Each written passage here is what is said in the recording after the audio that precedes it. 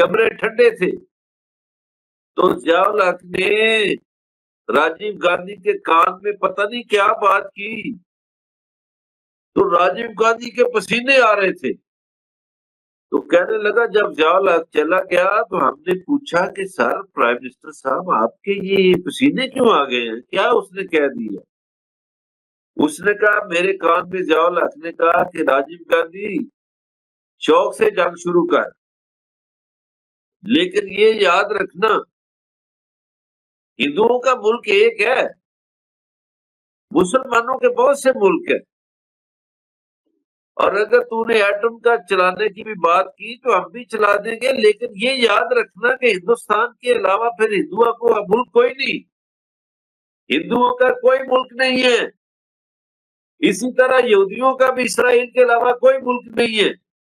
اور وہ تو ہے بھی نجائز۔ تو اس لیے یہ حماقت نہیں کریں گے اتنی جلدی،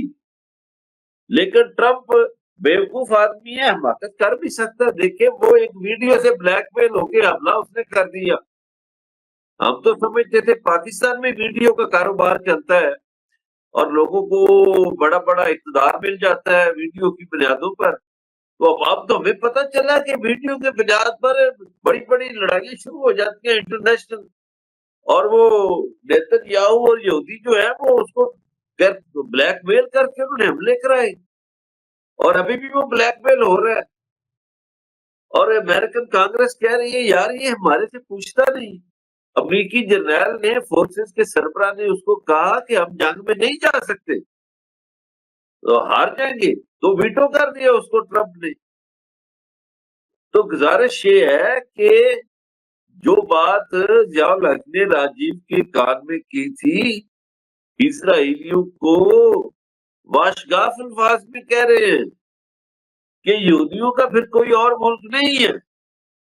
آپ ایران پہ مار دیں ایٹم، تو کیا ایران پہ ایٹم مارنے کے بعد آپ کو باقی اسلامی